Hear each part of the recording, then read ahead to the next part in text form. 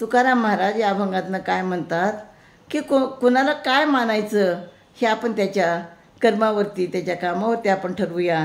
आणि म्हणून ते काय म्हणतात, तुखा पंखी बहिरू न मानू वही जनावर बाग, असंत नको संत न मानू जे वर्मकू दाग.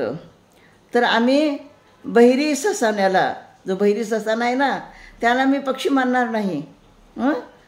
आणि जो वाघ असतो तर वाघाला शांत आणि गरीब आहे असं आम्ही कधीच मानणार नाही. वाघ हा शांत आणि गरीब असतो का? कारण वाघ जर एखादा समोर माणूस जर आला तर एकदम त्याच्यावरती तो झेप टाकतो आणि त्याला खाऊन टाकतो. म्हणून वाघाला शांत आणि गरीब असा पशु आहे असं मी कधीच म्हणणार नाही. त्याचप्रमाणे जो असंत आहे, असंत म्हणजे ज्याच्यामध्ये चांगले विचार नाही, चांगली भावना नाही, ईश्वराचं नामस्मरण करत नाही, फक्त काहीतरी वेगवेगळी कामं करत राहतो पण ईश्वराकडे नामस्मरण करायला त्याला नावच नसतं, वेळच नसतो. म्हणून असा असंत मनुष्याला संतमध्ये कधीही मानणार नाही. संत कसा असतो माहिती आहे का? की संत ज्याला कधी लोभ मोह माया याच्यापासून तो दूर असतो, अशा व्यक्तीला आपण संत म्हणतो. म्हणून असंत माणसाला संत कधीही मानणार नाही.